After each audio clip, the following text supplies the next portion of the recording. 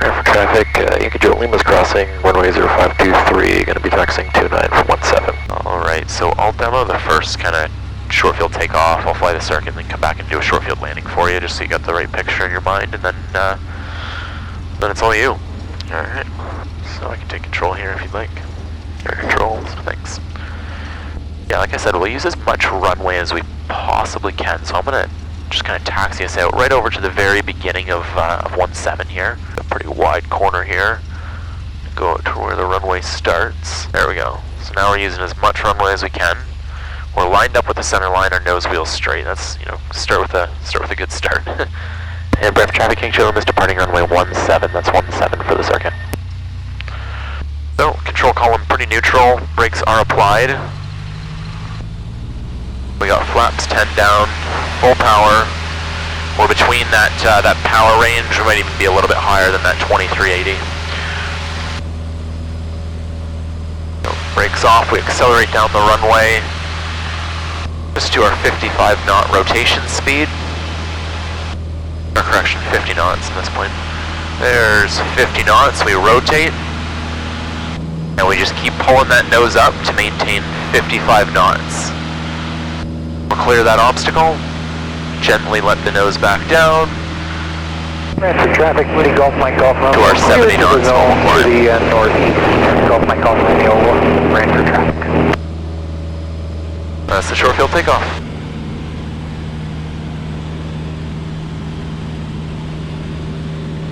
Get a picture of that water tower.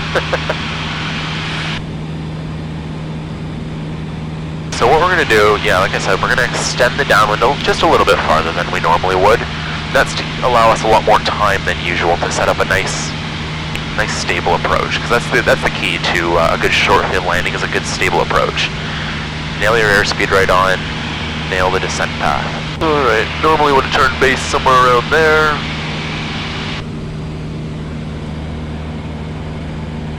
Yeah, somewhere around here is about far enough. So, carb heat, power back to 15. And we'll start this turn. Airspeed, 10 degrees. And Bref traffic, Angel is turning left base, runway 17, stop and go. Alright, once we turn into our final here, 30 degrees of flaps, 55 knots is my approach speed. My touchdown point is the numbers. My aiming point is slightly ahead of that, usually 100 or 200 feet. So like where the runway starts. Alright, 55 knots. I'm kind of fixating my approach to right where that runway starts, because I know that the airplane's going to float a little bit when it flares, but as we flare, we're going to bring that power back to idle.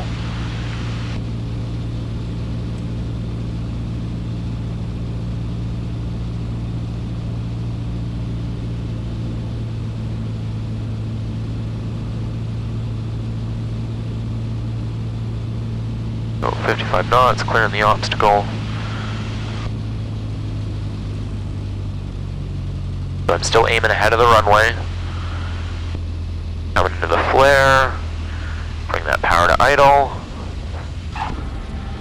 Flaps up. And then we just apply the brakes from there. And you can apply it like full braking and you really come to a stop.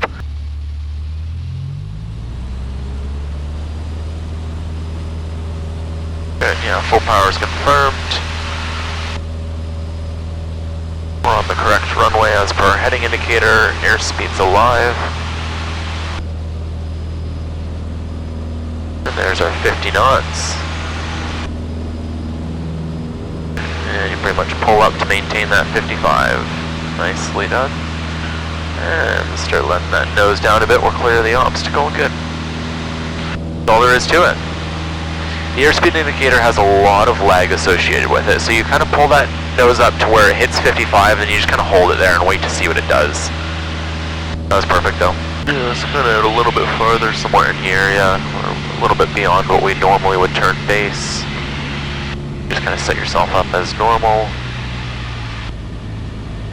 There's a bit of a rainbow going on in the clouds up there. Yeah, there is. That's pretty cool. Alright, yeah, now you want probably 30 degrees once you get those wings level, and you're just pitching for 55 knots. Gonna keep the airplane aimed right for whatever your aiming point or your touchdown point minus 200 feet is. We've got that 30 degrees in and the slower speed to get as much drag on the airplane as possible when we touch down.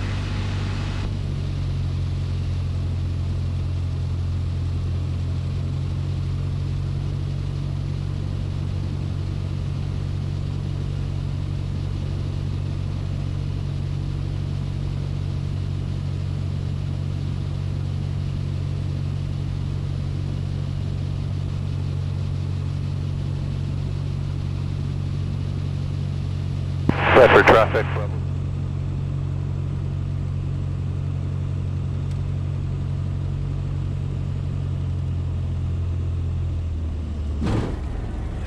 That's okay. Just come to a stop, we'll turn back around. A little bit more of a flare. That was good though, that would have been a good short field. We could get it down right on the beginning of the runway. Yeah, that was great though. We were coming down 55 knots, we had everything set up nicely. We were coming down right over the beginning. Right there I would have brought the power back, and instead of just letting it sink into the ground, just pull back. Just start that flare, and you would have extended it just a little bit longer, touch down right on those numbers. Okay. We kicked some grass up on the runway. That's funny. Alright, whenever you're ready, just short field takeoff. Traffic Angel is departing runway 17.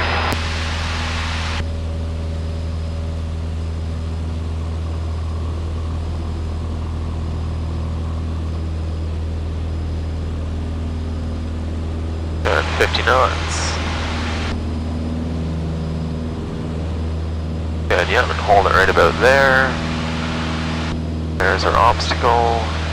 Good. Alright. Our airspeed got a little bit under 55 there, which means we just don't need quite as much of a nose-up attitude. But that was, otherwise that was pretty good. Cross traffic. I just saw that light go off. I saw the light go off, I was like, what? Well, temperature pressure in the green. Curb heat check. Mixture inch. Fuel selector on. Seat belts, brake pressure. Sweet. Approach speed is getting a bit low, so just add some power, yep. Pitch down.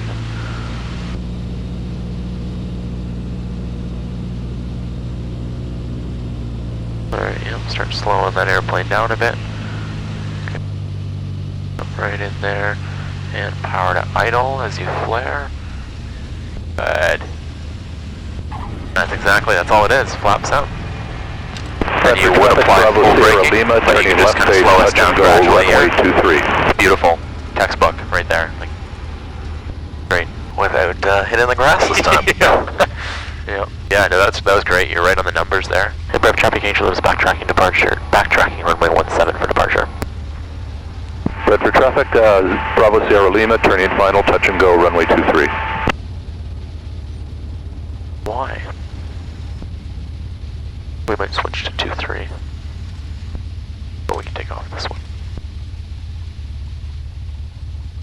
Did you say touch and go? Yeah, he said he was doing a touch and go.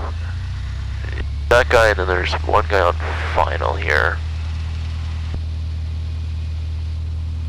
No, he's still a ways out. Let's depart runway 17, but we'll take off and then rejoin the circuit for 2-3.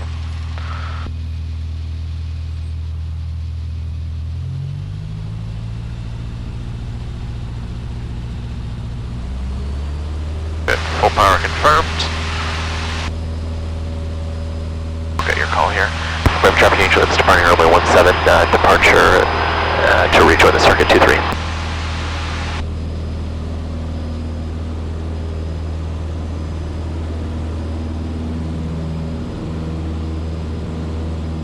Nice, yeah, right about there. That got you 60 knots. There's 55, good. And we'll clear the obstacle. So you can pitch down, just normal climb. We'll just depart straight out, and we'll come back around. Great takeoffs though.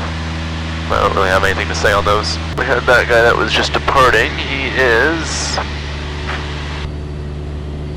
I believe he's upwind right now.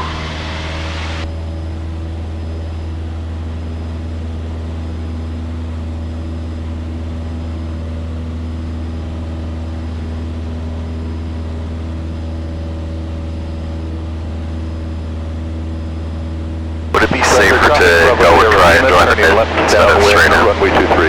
Probably, yeah. Is that what you're doing? Yeah, that was my, that was what I was thinking. Yeah, 2300, then we'll just descend over on that side of the airport. And then 1800.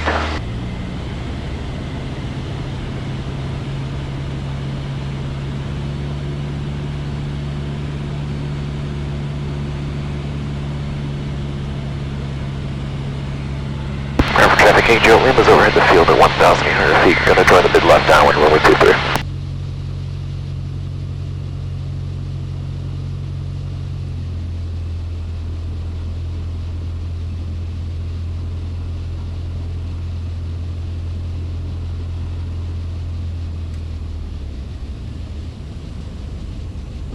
Oh, nice.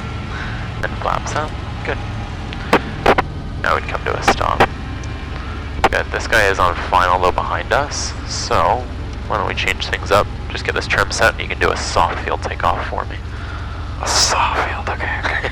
Yeah, switch gears. Gotcha.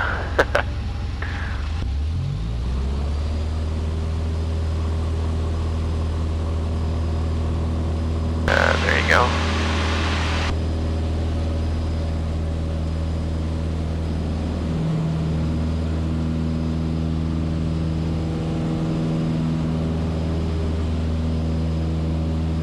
Nicely done. Alright, we'll come back around and we'll do another short field. I'll demonstrate for you when we come back around to short field if we had an obstacle right at the beginning of the runway. The idea is, if we've got an obstacle right at the beginning of the runway, not to come over the obstacle, cut the power, and drop it down to the ground. Like cut the power and dive down and flare. As effective as that is, you destabilize the airplane, and it's not very safe. So rather, if we've got an obstacle at the end of the runway, just set yourself up in a nice, steady descent over that obstacle. Alright, so yeah, I'll take control. I'll demonstrate one of those soft field landings. Oh, no, not soft, short field landings over an obstacle. We're going to imagine that right at the runway threshold, there is a 50-foot tree. So we need to plan an approach so that we keep a stabilized descent profile over that obstacle. So our touchdown point, rather than being right on the numbers, is probably going to be maybe like the length of the turnaround bay at the end there, like another one of those past. So you're looking like 400 or 500 feet past the beginning of the runway. These ones we don't use very often. For the purposes of practicing for your flight tests, you'll likely get just a normal soft field landing, no obstacle. So focus on practicing those the most when you're solo, but I just want to show you at least what we do if we had an obstacle on our approach path to a short runway. Alright, 30 degrees flaps, 55 knots, just as normal. Now I need to cross the runway threshold above 50 feet. So it might actually be even a little bit farther than I was thinking. But actually, you kind of see where the windsock is? Yeah, on the left of the runway. That's where I'm thinking my touchdown point will be, if I have an obstacle at the beginning of the runway. So I'm just flying a steady descent over the obstacle. Kind of the key to keep the approach stabilized, even with an obstacle. Might even be a little bit farther past that now that I'm looking at it.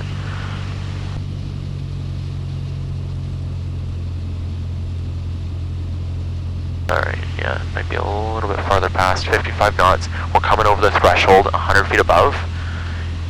Constant power setting, we're not chopping and dropping it. But then we transition to the flare. There we go. We're going to fly max braking. So that's what we do if we had an obstacle at the very beginning of the runway. Let's take back off, just normal short field takeoff with a normal short field landing. Or an obstacle landing, your choice. But we'll make the next run full stop.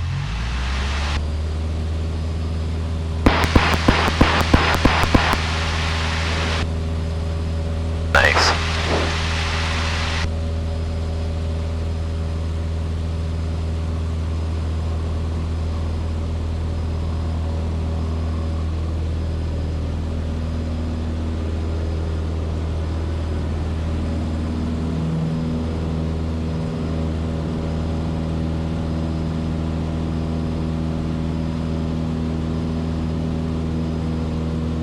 yeah, that's your obstacle. Nailed it. 55 knots, bang on.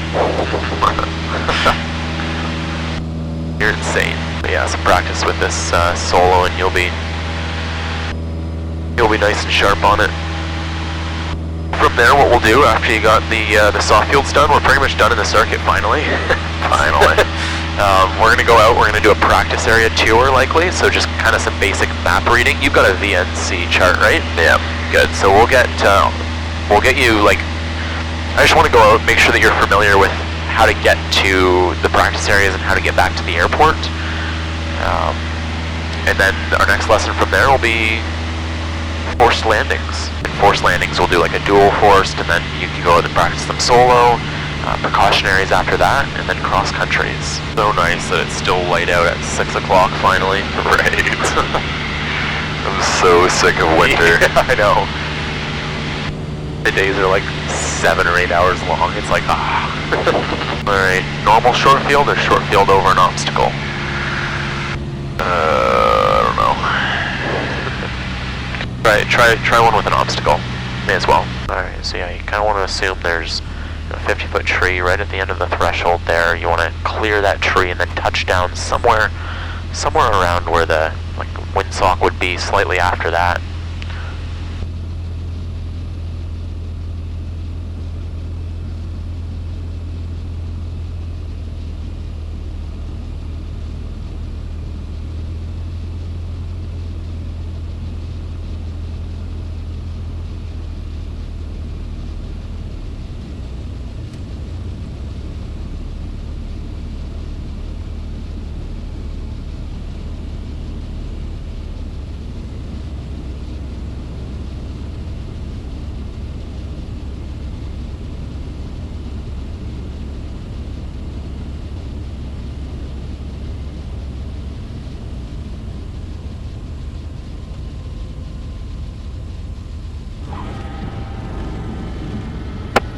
We done?